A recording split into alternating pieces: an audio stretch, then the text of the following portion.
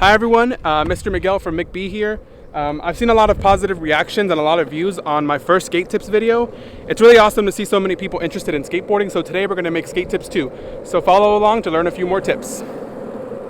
In today's video, I'm going to show you a few more skate tips. Skateboarding is great because it gives you a way to express yourself, it gives you a way to exercise, and it gives you a way to explore.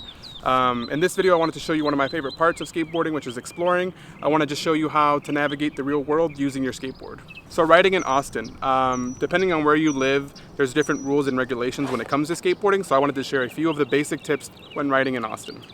One of the biggest rules to follow when riding a skateboard in Austin is to wear a helmet. If you are under the age of 17, you are legally required to wear a helmet, but I would advise anyone over the age of 17 to also wear one. That's why I have mine as well. The number one tip I have when riding in Austin is to make sure you stay in the bike lane or on the sidewalk when possible. Austin does allow you to ride on the road, but if you do so, you have to follow the same kind of traffic rules that a car would. You also have to use hand signals like a bicyclist would, and I'll show you a few of those right now. And if you're turning left, you want to just point your left hand straight out. Plenty of time for people to see so that they know what you're doing. If you're turning right, you can make an L shape pointing up with your left hand, or you could also just point your right hand out. Either one works.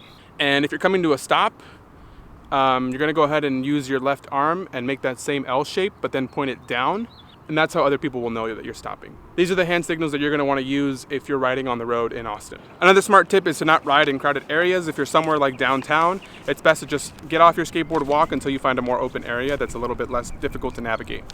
So one big overall tip is to make sure that you stay visible, stay predictable, and stay confident. When it comes to riding and obstacles, the first thing I want to get out is to say that everyone will fall in skateboarding. It's part of skateboarding, it's how we learn. I want to show you a couple ways to minimize the injuries when you do fall. I keep on falling. So when falling forward, you want to make sure that you protect your head and you break up the fall using different parts of your body. I used my knees as the first point of contact, or my legs, and then I used my hands to cushion it even further, and then I started to roll onto my back, the whole time keeping my head up.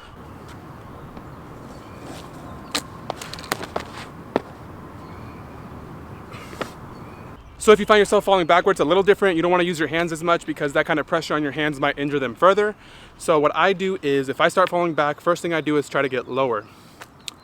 As I get lower, I try to use the side of my leg to kind of start cushioning the fall and make contact with the ground. I make contact with the ground using the side of my leg, and then I use my butt to cushion it further.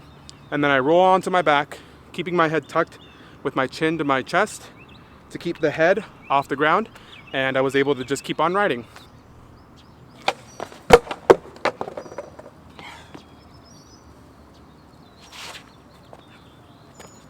So whenever you ride, it's important to have a helmet, but when you first start out, it helps to build confidence if you have other safety gear like wrist straps or knee pads.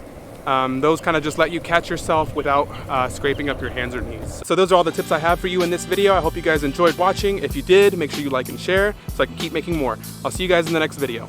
Bye.